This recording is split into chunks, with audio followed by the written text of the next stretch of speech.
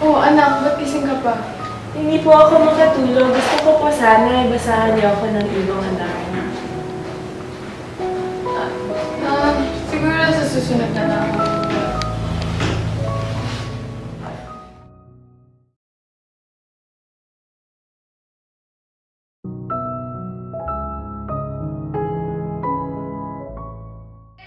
Nakalimutan ng tatay mo yung kanyang talarawan. Buti na nakikita ko bago ang trabahan. Salamat po. Wait, ano hawak mo? Talarawan po ni tatay. Naiwan daw po niya sa damit. Sige, ako na lang bahala. Sige po.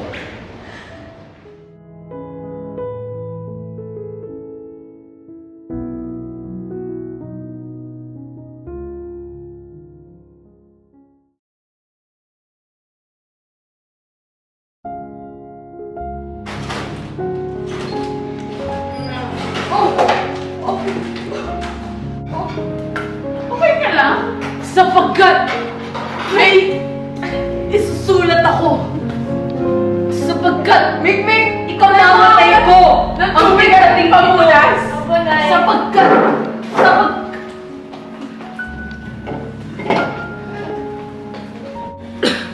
Okay ka lang? hindi ako makahinga. Sumisigip ang aking dibdib at masakit ang aking ulo. May sipon ka ata. Ang init mo. May sinat ka. Tay. Ito, alagaan mo Ano? Abay, manggagamot pala ang aking dalaga.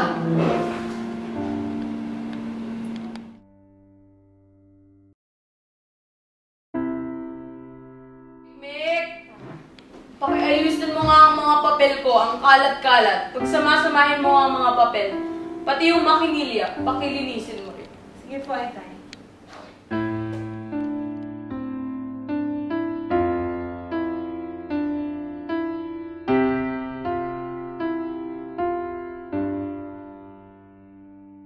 Bakit sa panahong ito lamang tayo pinaglapit ng pangyayari? Higit marahil ang aking katiwasayan kung hindi ka dumating sa aking buhay.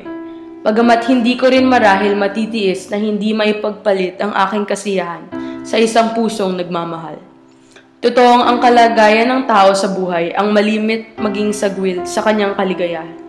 Naiwan na natin ang gulang ng kapusukan. Hindi na tayo maaaring dayain ng ating nadarama. Ngunit nakapaggitan sa atin ngayon ang isang malawak na katotohanang humipigil sa kaligayahan ang hindi natin maisakatuparan ay buhayin na lamang natin sa alaala.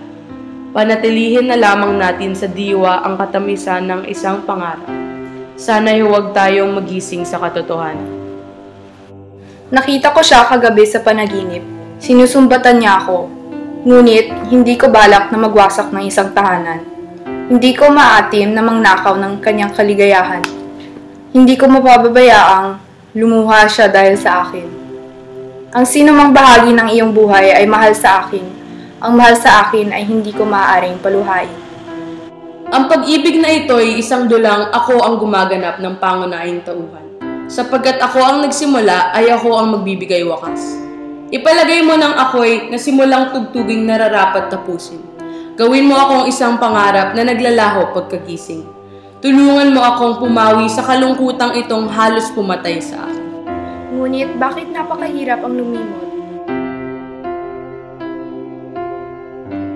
Nakita mo ba yung ano yan? Ba't ang dami mong hawak?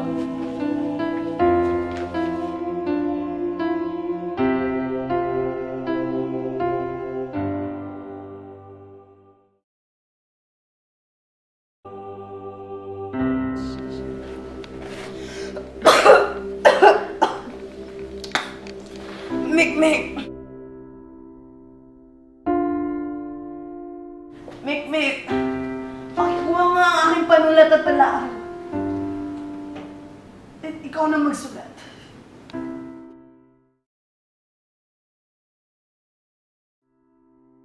Kang panilin lang sa simboyo ng iyong kalooban. Ang unang tibok ng puso ay hindi pag-ibig sa tuwina. Halos kasing gulang mo ako nang pagtaliin ang mga puso namin ng iyong ina. Mura pang lubha ang 18 taon. Huwag ikaw ang magbigay sa iyong sarili ng mga kalungkutang magpapahirap sa iyong habang buhay.